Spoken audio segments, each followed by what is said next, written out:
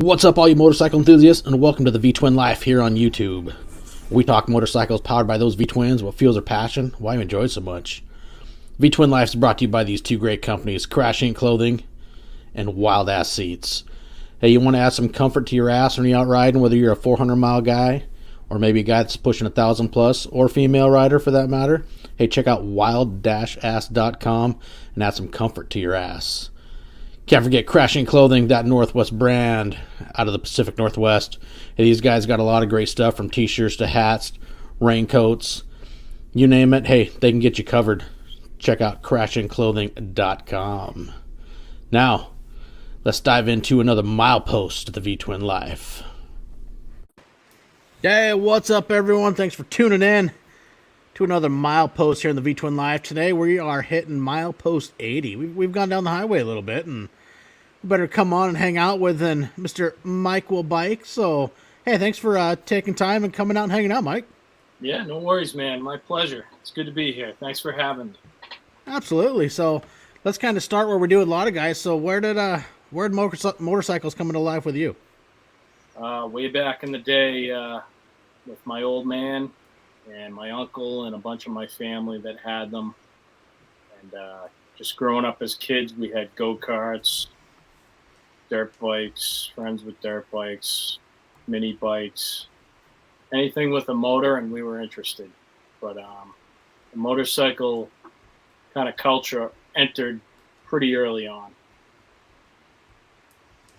Nice. So it kind of started with you, like with dirt bikes and whatnot, and then you were hooked and it was in the system.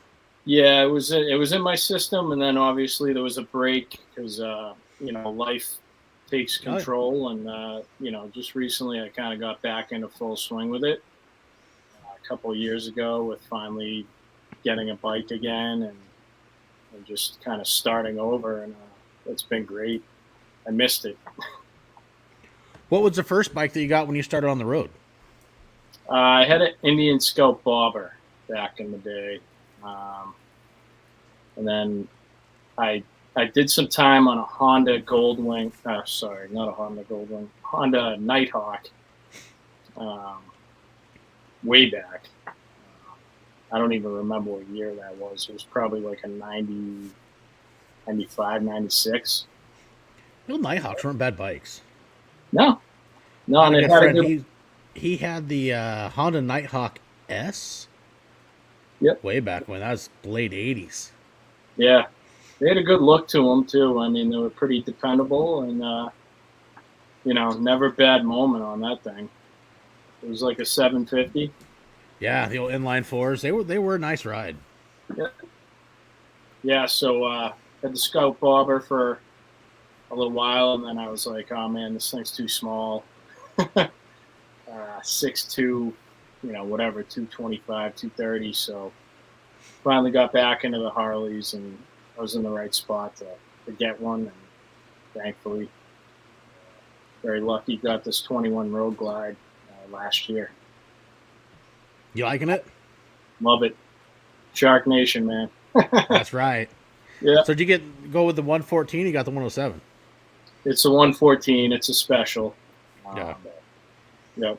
So no complaints, man. Super comfortable. Just short rides, long rides. It's awesome. You don't really feel the weight. A lot of people are scared of the weight. But, it's down low on the bike, so the center of gravity is real low. Love it.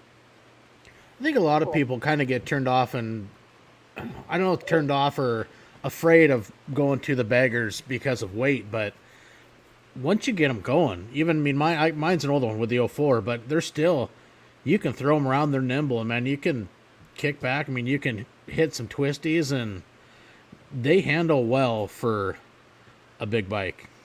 Absolutely. The Bobber was lighter. It was like 5.5, maybe, something like that, but the tires were a lot wider, or the front tire was a lot wider, that Bobber style. Mm-hmm. And I swear this bike is easier to turn than that one was. Nice. So what's your favorite area that you like riding up around you? So around me, I'm south of Boston, So it's I kind of have the ocean on one side of me. I'm on the right side ocean. You're on the left, right? Yeah. Not The upper Seattle, right? left. Is it Yeah, not Seattle or not? Seattle. Not No, no, Seattle. no. Oh, okay. Just making sure. Yeah, I'm west of that, but that's just the joke that will never die now. Oh my God, right? So we got some coastal riding, but nothing like the West Coast or the Mid Atlantic coast. It's very populated up here where I am, so there's a lot of private property. But we do have our secret spots where we ride back roads and stuff like that, and then anything like highway miles would be you got to kind of pick and choose your times and your times of year and stuff like that. Oh, some of these guys got the old Boston accent going. The comments are killing me. Someone please translate what the hell Mike is saying. Yeah. Yeah. So for Boston, I mean, you ever get up and do much of the Catskills? No, I haven't been up there at all. Okay. Down there, I guess. I would like to get up to the White Mountains next season. So New Hampshire, the Green Mountains in Vermont are awesome. I've been to all these areas, but I got to get the bike to them. Even the Adirondacks, those are beautiful too. So I've heard about those. They're I got the list of places, but actually I've never heard of the Green Mountains. That's the first time I've heard of those ones. Yeah, Green Mountains up in Vermont. Vermont kind of almost into New York, like upstate New York. So you're saying mountains? What's the elevation on those? The big ones top out like 4,500 or so. Oh, okay. Feet. Yeah.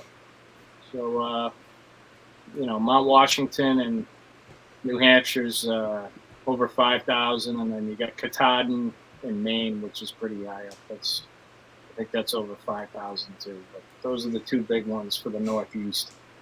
Yeah, like we got Rainier. I think Mount Rainier, that's 15,000. Baker's around 16,000 feet. Yeah. Yeah, these are gorgeous. I mean, here, when you come through the passes through the Cascades, I mean, I think our lowest pass is around 4,000. The highest is almost 6 for the pass to drive across them. But you have different options. It's just funny when you topography wise, mountains when you go east to west is big difference. Yeah, huge difference. So, I mean, ours have decent vertical because the base and the valleys of ours are down a lot lower than yours, but it's all comparative. You know what I mean? Oh yeah. You guys still have a higher plateau over there. And it's all beautiful country. And when you get out and you get up in the some of those elevations and just especially this time of year in fall. I know like over here we got all the the leaves are changing and falling, and just the colors are freaking gorgeous. It's a fun time to get out and explore. Yeah, it definitely is. Before they all hit the ground, and then you got to kind of take a break until they blow away a little bit. But hoping to keep the riding season going over here until they start sanding and salting and all that. Yeah, they don't do a lot of salting over here, but they'll put down de-icer, and that stuff is corrosive and nasty. So when they start laying de-icer, it's like, all right, we're gonna chill for a little bit. Yeah, they do have a spray over here too. It's pretty corrosive. Yeah, it's some nasty crap. So what all have you done to your bike? Much of anything? Or you're kind of keeping it stock for a while? Yeah, so I've done a bunch of upgrades.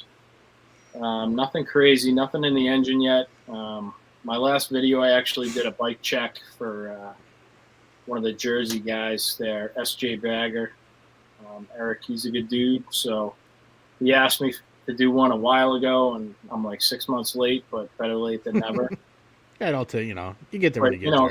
Some of the highlights are just, the thrashing foot controls, shifting, brake pedal.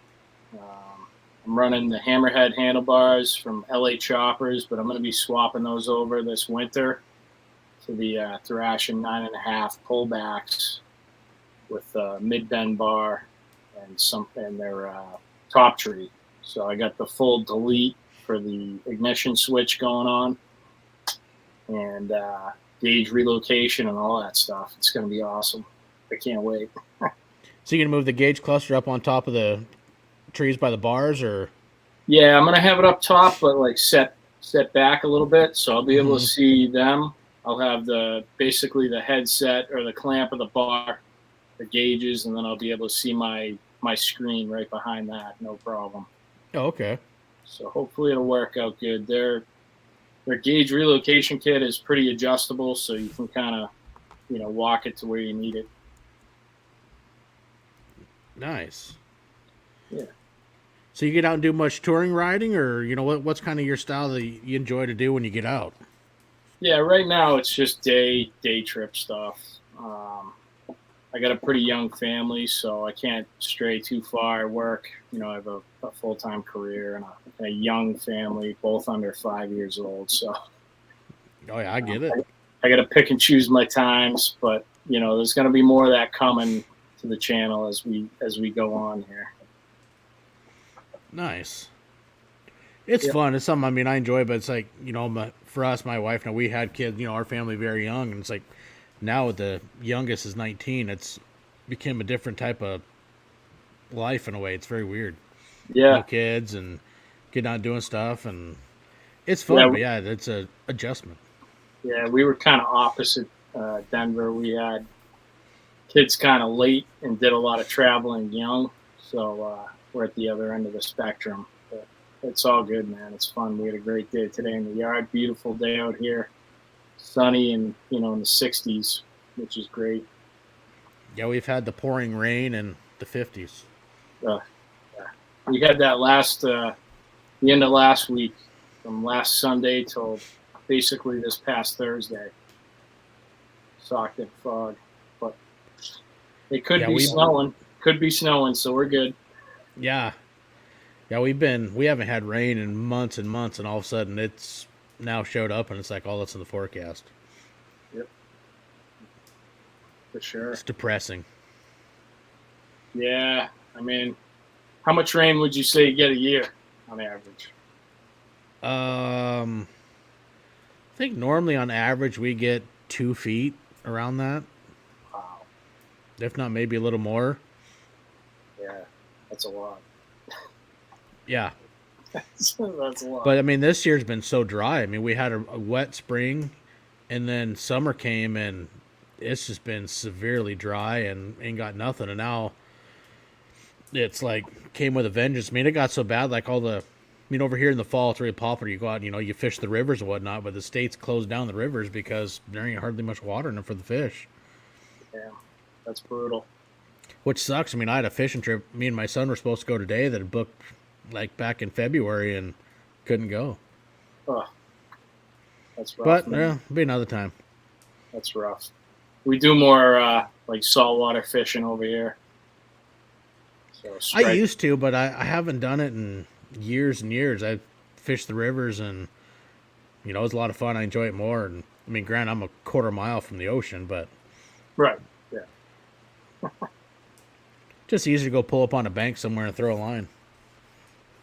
Yeah, I grew up surf casting, so we weren't going way offshore. We were hitting back rivers, inlets, almost some of it brackish water, so you could still catch saltwater fish up in there.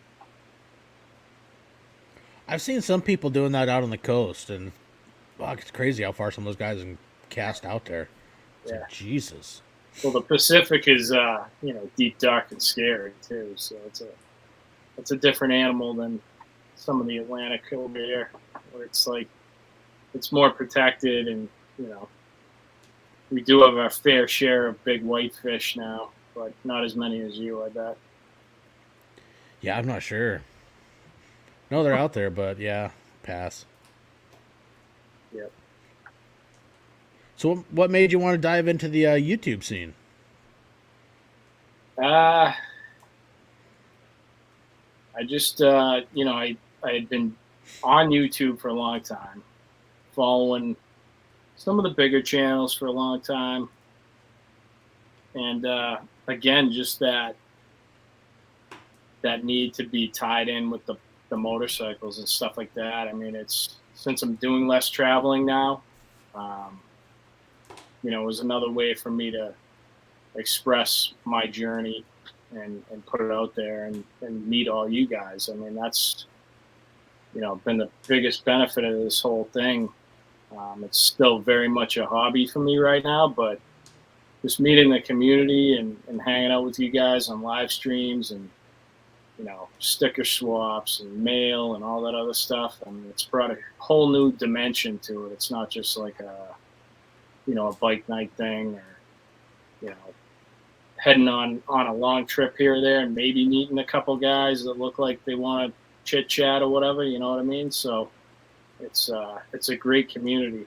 So that was the biggest reason I started.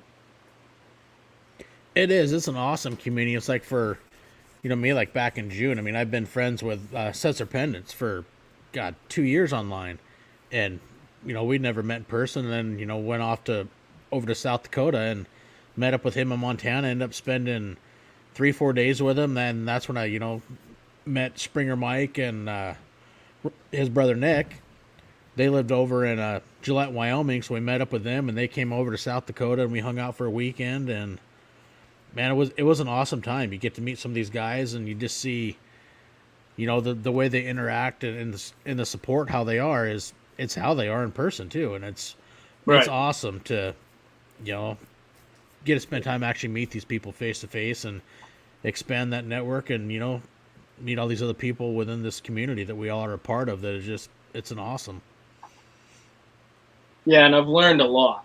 I mean, that's a big part of it. Is I'm still a newbie, man. I'm still a rookie. So I've learned a lot, not only about YouTube, but just about other people, and how they carry themselves and how they show up, So that's been great.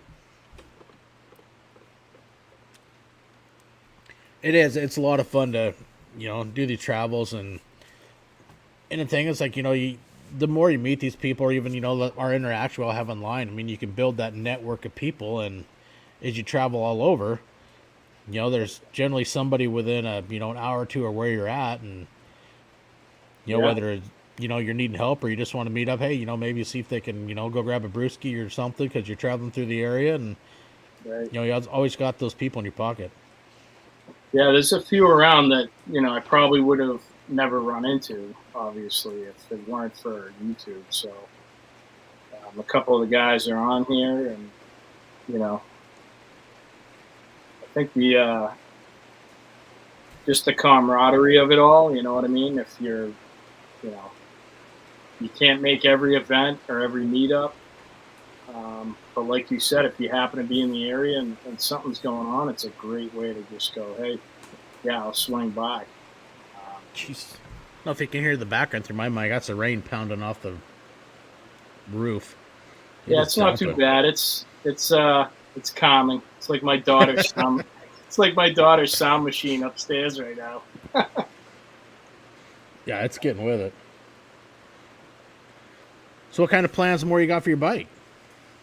Besides, I know you're talking about the bars, but you got any other things, or trying to put together any ideas for next year, whether it comes to riding or little adventures you'd like to try to get?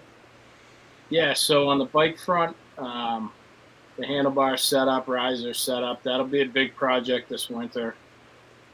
I'm going to be looking into probably a tuner at some point. I have half of a Chromeworks system on the bike right now. I just have the slip-ons, 4.5 HP slip-ons. So in order to put the header part of that system on, I'd need to have some sort of tuner. So I'm looking into that, and at the same time possibly a cam, but that's not priority one. That's still very much in the planning stages, so within the next year or two. And then as far as trips go, just want to spread out a little bit. Hopefully next season, get up north, get to Laconia. That's going to be a big one. That's going to be huge next year. Yeah, I know a lot of guys going to that. So, and a lot of guys that aren't from this area that are going to be coming up for it. So, that would be a great opportunity to, start shaking hands and, buy a guy a beer or something like that. That's the big one that I'm planning on. Um, if everything lines up, which it's looking decent right now. And then the other one's up in, what is it, Americade up in New York State. That's another good ride for me. I'd love to make it to that. And it's a similar area. It's got mountains around it. It's, beautiful riding spot. So those are the couple I'm looking at right now. May go south at some point also, but I'm still working on that. We'll see. TBD. So for you, for Laconia, how far is that of a ride for you to get up there? That's only a couple hours. Is it? Okay. Yeah. A couple hours once I'm on the interstate, get up there.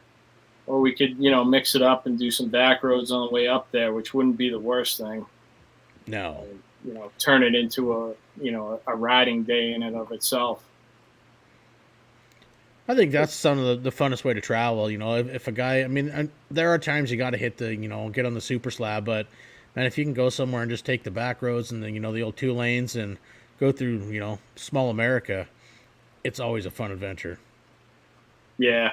I mean, there's more to see. It's, it's not flying by at 70, 80 miles an hour. You can actually take in sights. Yeah. Find places and whatnot that you never knew were there. Exactly. And you can stop, you can make stops a little bit better planned and stuff like that. So we'll see. We got time to plan the route and, see who's going and who wants to meet up and so forth. So I'm looking forward to that.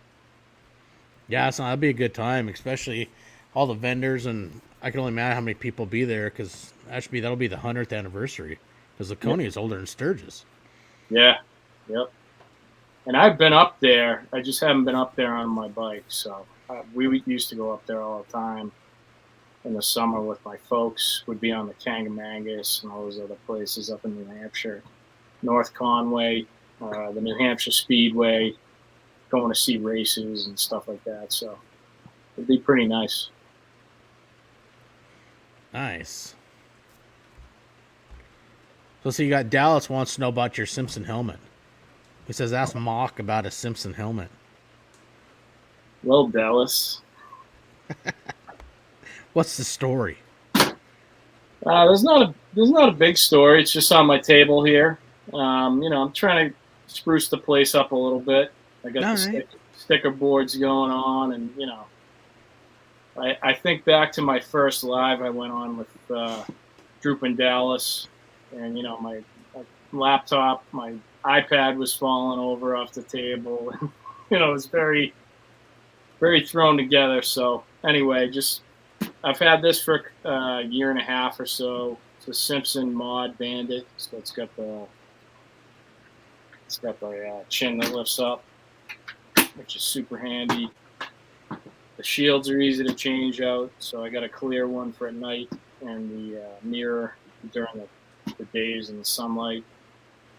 And then I'm running the chin mount on the front there, and I have just like your standard GoPro type connection to my DJI magnetic connection on the front. So it's probably hard to see, but. So you're running a microphone for yours inside your helmet or not? Yeah, actually on the inside here I have a Rode. It's not in there right now. It's on the charger, but I have a little setup for my Rode Wireless Go 2 mic. And I'm up in the air whether I'm going to keep that or switch over to a DJI mic. I'm still working on the plan for that. Yeah, that's what I'm trying to figure out is a microphone setup for mine. I haven't figured it out which way I want to go. Yeah, there's so many options. That's what kind of makes it tricky. People have different experiences with it, so it's good to take in as much as you can and then figure out what will work for you. Yeah, so I used to have the gaming mic in there running with a wire down my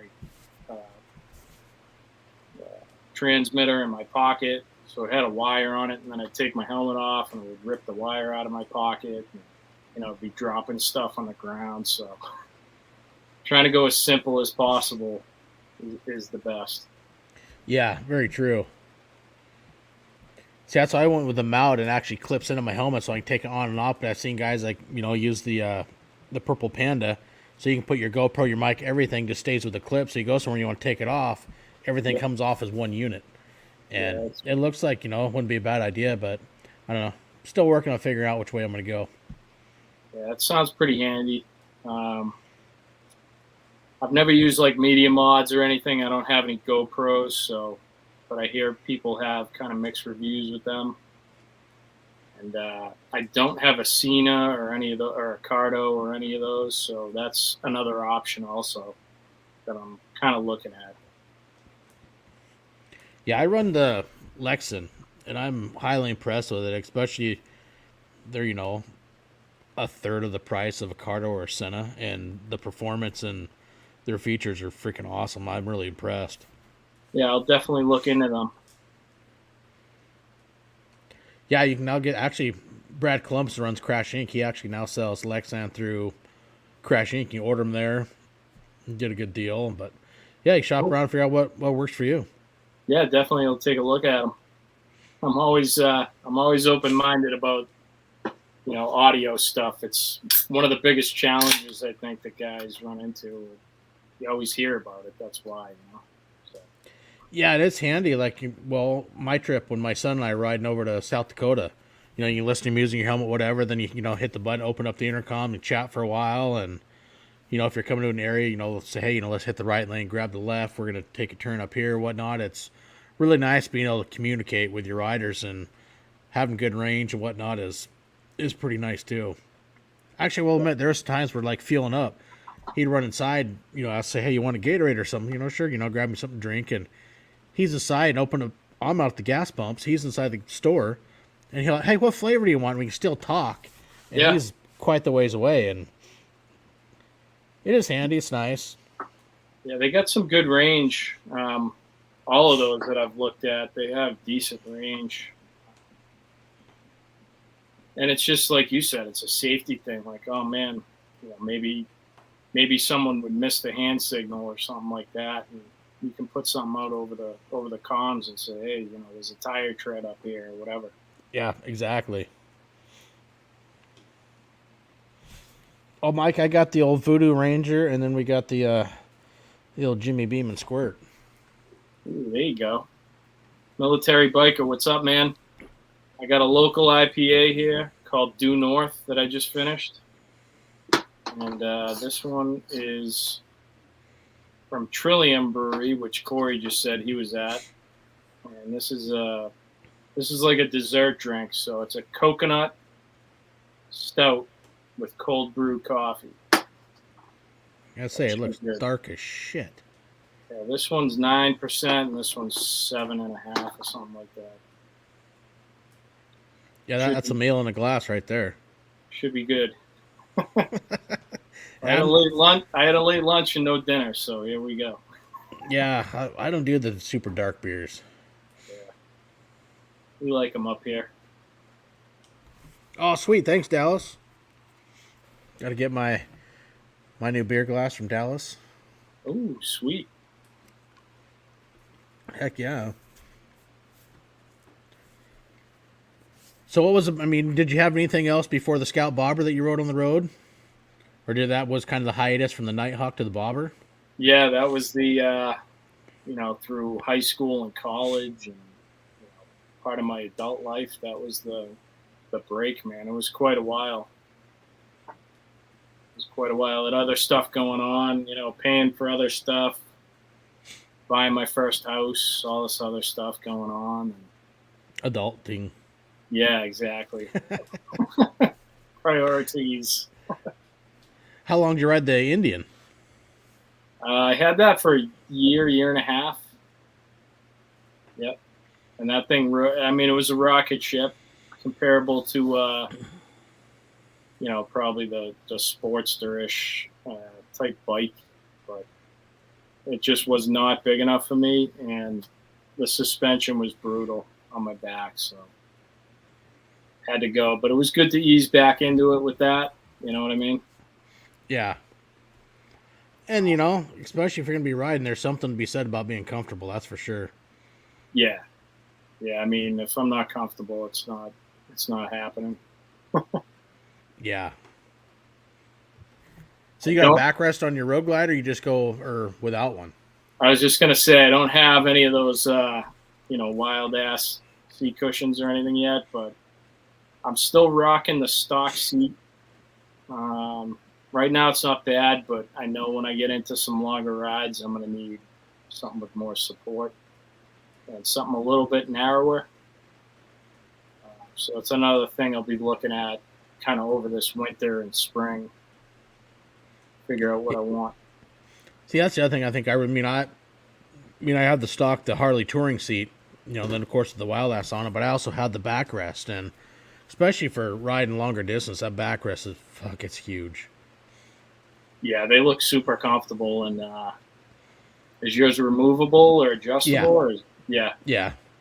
that's the way to go. I think is have it so you can move with it. If you need to readjust or something's not lining up right, you'd hate to do 1,000 miles with that. Yeah.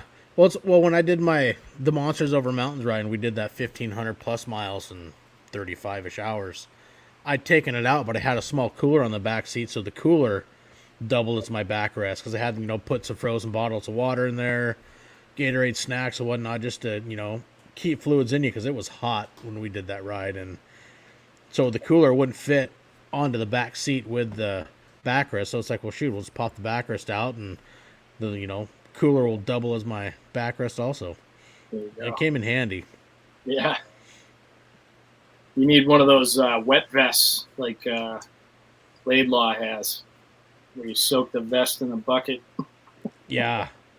Well, we had a ride like that last summer. I left Eastern Washington over at my son's baseball game, and it was 115 when we left Yakima. Oof. I mean, it was brutally fucking hot. Yeah, that's rough, man. That's when I ran to, I think it was Dick's Sporting Goods, and I bought a 2.5 liter, 2 liter camel pack, filled it full of ice, and then just filled it full of water. But I think within 2 hours, I had that gone. Damn. Pulled over because the wife was behind me in the car, refilled it again. Yeah, I get in that heat. I mean, people don't realize, when you're pulling over for gas or whatnot, you got to hydrate yourself. You got to fill your own body too, even though you might not feel that you need it. You're riding in them hot heat, man. You got to keep yourself hydrated, because it don't take much to go the other way. Right. Yeah, we're lucky it doesn't get quite that hot here. We had, a couple high 90s, maybe low 100s, but it doesn't really last. And I'm sorry if I'm missing any comments here. Yeah, Frogzilla, what's happening, guys? And awesome, man. Thank you for everybody tuning in and coming and hanging out with these lives and the side chat. It's a lot of fun, and a lot of you guys also help come up with some great questions that stuff that people forget about, and I try to keep up with everything and whatnot, and it's a lot of fun doing these. For sure. So military biker, your sticker's actually in the inside cover, my bag cover, saddlebag cover. So I can throw another one up on the board if you want to send me another one. Definitely. And then I think Springer Mike asked me about Sturgis. That would be the long game. Probably not in the near future, but I would love to get out there. Yeah, for sure. Sturgis is cool. It's a beautiful area. I mean, it's like I haven't been there during the rally, but even going pre-rally, I think is the best time to go. Especially if you want to explore the area and not have a million people around you.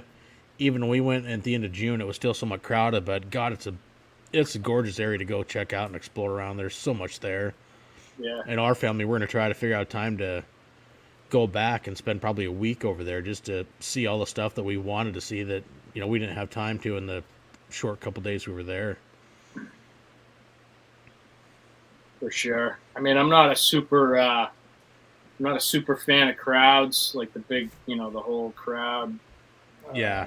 I'm sure we all did our fair share of partying coming up through, high school, college, stuff like that. And, hey, thanks, Corey. don't get me wrong. I like I like checking out the vendors and the scene and stuff like that. But I probably have, kind of limited time when it was, craziness. I'd be more like you, where the riding would kind of take more precedent if I had that opportunity. You know what I mean? Yeah. Oh, I totally get it. When you got a family, it's a whole different. It's a different ball game when you got to do stuff, but you have the responsibilities of what you got to do, and time will come. For sure. Oh, you're gonna have to come get that jerky there, Mike. I don't know if I could send that in the mail, buddy. I got stickers for you. Actually, I'm running out of room inside my tour pack. My tour pack lid is damn near 100% covered. They're all get to the point now I'm overlapping all of them. I have to go to the inside of the saddlebag lids next. Yeah. Jack HDAV Traveler, yeah. I haven't been to Texas before. I've flown over it a few times. But, it's on my list. It's on my list, bud. Yeah, mine too. I'd love to get down to Texas, Colorado, Utah area, but I'd love at some point to get out west too. Yeah. Or out west, excuse me, out east. Love to go through Tennessee, the Adirondacks, do the Blue Ridge Parkway, and come up through the coast and just see all the sights over there. I've heard having a lot of guys from the East Coast. I've heard a lot of cool places that upper Northeast that I'd just love to go check out. Plus, I'd love to spend some time down the South, touring around and seeing down there, because I've always been a fan of history and whatnot, and I'd love to go to the South and be able to spend some time down there and check stuff out. Yeah, I've done the BRP on like a family vacation type deal, the Blue Ridge Parkway, and it's just, man, it's beautiful. It's different than the mountains we have up here. Things are a little more accessible, and it's a little less like gnarly, where you can just take in the views more than worry about what's around the next corner. Mm-hmm. But to do it on a bike, that's on my list. Hey, Eric from Kraken's Garage. Good to see you, man. Thanks for hanging out.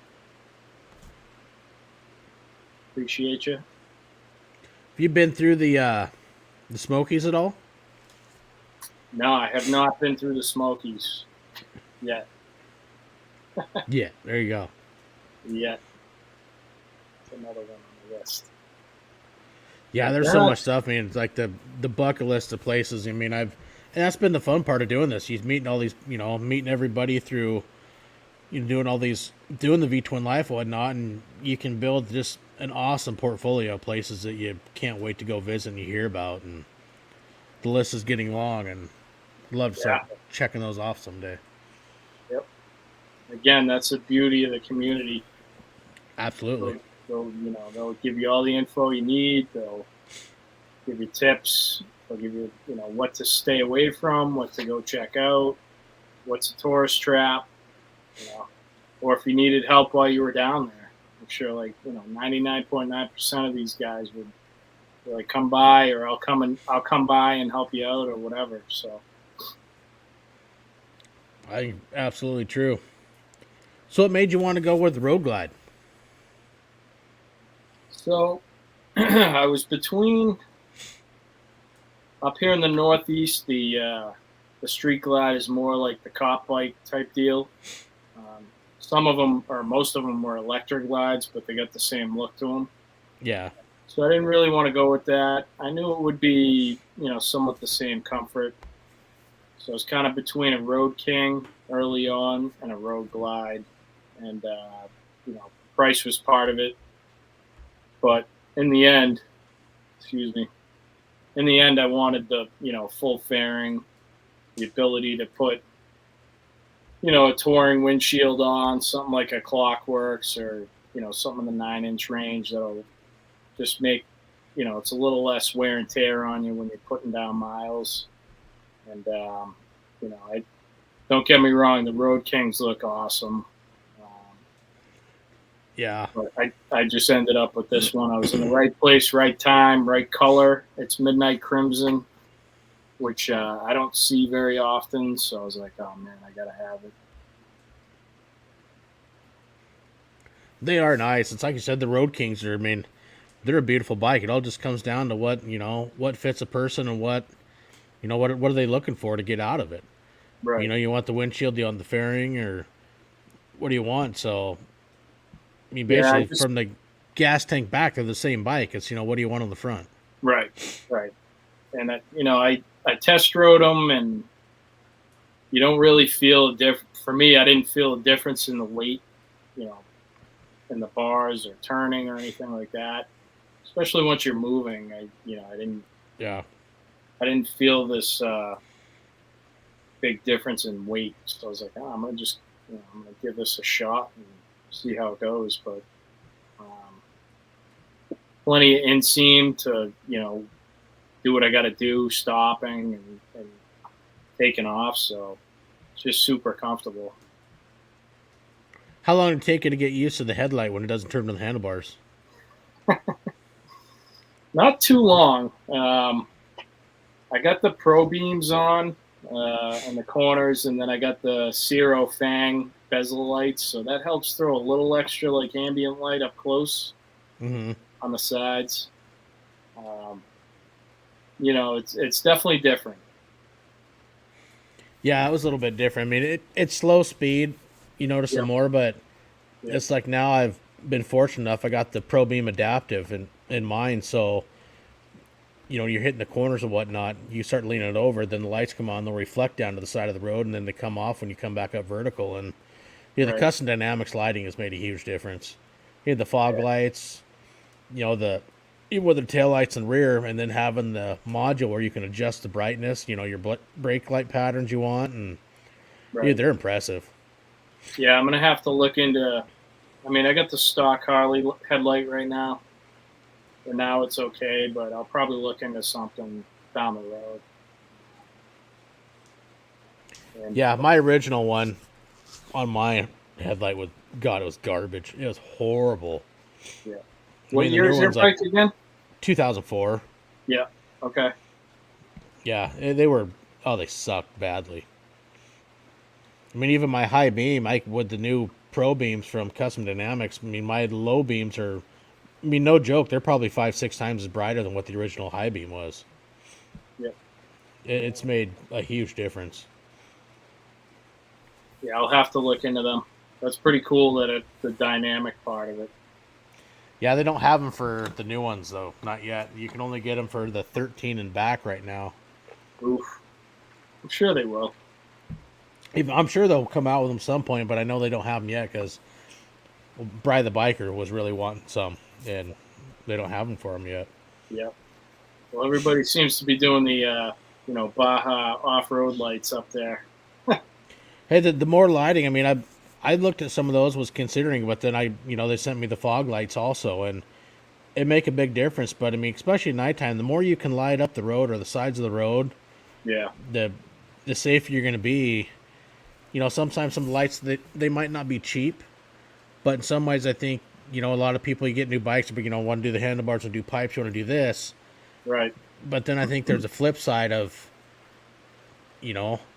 what's your safety worth? Upgrading your lights, whether it's your taillights or headlights, making yourself more visible, but also making yourself be able to see better is, I think, also a huge part. And I think it overlooked a lot. And I mean, I was, kind of the same way until all of a sudden I was able to link up with Custom Dynamics. And once you change the stuff, it's like, man, I should have done this a long time ago. I mean, not probably the whole package of what I got, but I mean, you start, do whether you're doing a headlight or you just want to do the taillights first, or maybe do your front blinkers and do it slowly. But the more you can make yourself seen, I think is a huge aspect that, in a way, I think kind of gets overlooked by so many people. And, some people Yeah. might complain about prices and stuff, but, you put a price, what's your life worth? Is your life worth $300? Is it worth $400? Is it worth $700 for the lights, or, whatever they might cost you? It's, just something else to think about. Yeah, it's a good point. I I definitely threw some different lighting on the back. So I have the Zero Latitude brake light, turn signal, running light combo, and then I'm running the Zero bag blades on either side. right under the lip of the bag. Yeah. And it's, it adds quite a bit at night. During the day, it definitely helps. You can see them really well compared to the stock, crossbar deal that they have. And of course, everything on this bike from Harley, except for the headlight, was incandescent stuff. Yeah. So I got rid of that, and it's improved tenfold. I could probably do a little bit more, but right now I'm pretty happy with it. It's got a lot more lighting than it had from the get-go. Oh yeah. I mean, it's you do it as you can. Right. Well, Tiffany, if you guys are riding the West Coast and get up in the Northwest, if you have any questions, I mean, if you feel free to shoot me a message or something. If you guys have any questions about the area, if I can help you out and point you in some direction, I'm more than happy to. For sure. Yeah, I can't wait till springtime. I'm already over the fall and winter. And it hasn't even started, and I'm already over it. I know. It comes quick, man. I mean, like I said, we had some 90, 95, 100-degree days here, and then all of a sudden the bottom fell out. And I think it was 30, 31 degrees at my house this morning with a frost. Yeah, I left for work, I think it was Wednesday morning. I mean, because for me, I'm leaving at 3 in the morning. And it was like 34, 35. I was like, holy shit, where'd this come from? Yeah. That and the wind. If it's windy, it's got to bite, man. Yeah, that's very true. And then you throw the rain in with it. It's like, this sucks. Yeah. Speaking of the wind, another place on my list is Mount Washington. Do the ride up the auto road. Yeah, I've seen some cool videos of that one. Yeah, guys have done it. You know what I mean? It would be more for, obviously, I'll get content and try to show you guys, how I do it and, any shenanigans that happen. Hopefully, it's kind of hit or miss up there. It can be sunny and 60, and then it can be 30 and sleeting. So, Cause see, now is Mount Washington up in Maine? That's New Hampshire. New Hampshire. Okay. Yeah, it's right. It's towards the Maine border. All right. For some reason, I think it was up in Maine. Yeah, I mean, Maine has a couple big hills. They got Mount Katahdin. They have Sugar Bush. They got a couple ski slopes, Sunday River. But Mount Washington's one that I've hiked a couple times. So just Corey, New Hampshire. New Hampshire. Corey should know. He's a local kid. That's good shit. So that's one I want to get to and just get the perspective on a bike.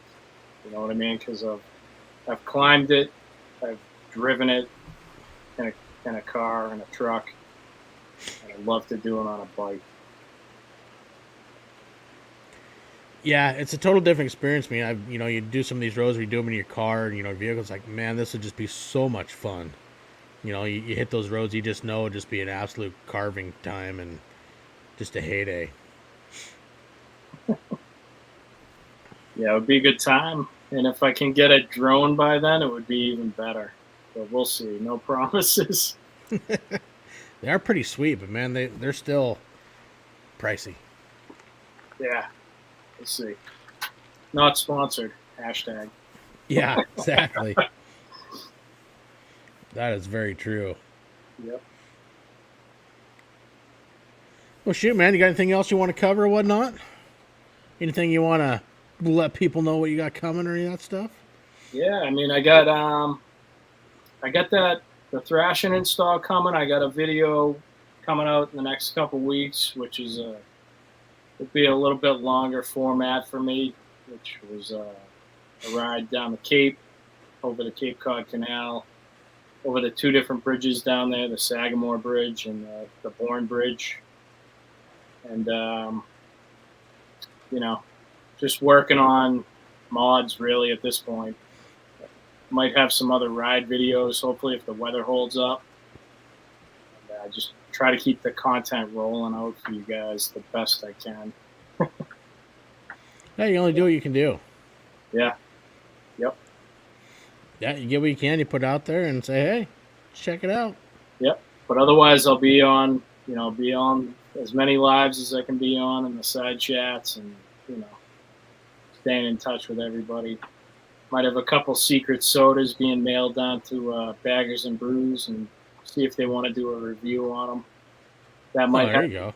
Yeah, that might have a little bit of side footage on it. So we'll see. Yeah, mail them down some motorcycle parts. Yeah. Well, they hate installs, right? Or I should say Bert hates installs, so. Well, it's like my daughter and her now fiance got me a beer of the month subscription. And so you get a 12-pack of beer. Well, I got some out of Texas, and one of the past guests like, dude, this stuff's great. And I put it on the old social media page. He's like, dude, that brewery's like 15 minutes from my house. Yeah.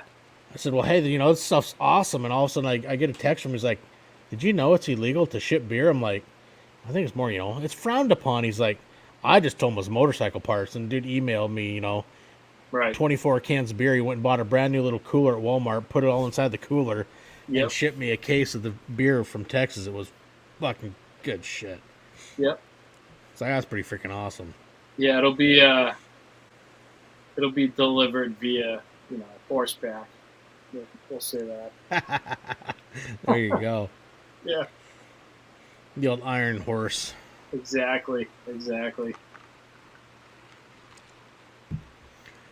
Well, shoot, man. Thanks for, taking time out. I know you kind of had a last-minute hurry up to get on with the family stuff going on, but, thanks for coming and hanging out. Yeah, no, I appreciate it, Denver. Anytime, and this has been cool. Hopefully I can keep up with the side chat a little bit better as I get used to doing these. And yeah, Mike. I appreciate you, man. Oh, hey, I do too, man. Thanks. I called you earlier in the week. Said, hey, you want to come hang out? No, it was, that's what it's all about. It's a lot of fun. Hell yeah, there, Springer. You got my address. But no, yeah, this has been great. It's a lot of fun to meet other people, whatnot. So you're always in the lives a lot, hanging out in the side chat, and it's fun to get to, face to face in a way, talk, dive into people's backgrounds, how they got into this great community, and hang out and toss back a tolly or two. Yes, exactly. Cheers, buddy. So yeah, next Sunday for Milepost 81, got a Northwest guy. We got Mr. Ride Faster Pussy coming on. He's got his clothing brand, and now he's actually starting to make hard parts for bikes, crash bars, some other stuff, expanding his brand. So that's going to be a good time. See, after that one, we are going to be having Mr. Dustin Thacker, the 5 Dirty Bikers, coming. Got Military Biker coming this month. Nice. And yeah, I think I'm full for the month of November, which is pretty freaking cool. Awesome, man. I'll be tuning in every minute. Yeah. Well, right on. Thanks, man. Hey, and everybody, thank you for coming and hanging out for another Sunday night with us. It's a lot of fun and something I enjoy doing. So in the meantime, ride safe, have fun. You guys enjoy the open road, and we'll catch you next Sunday at Milepost 81.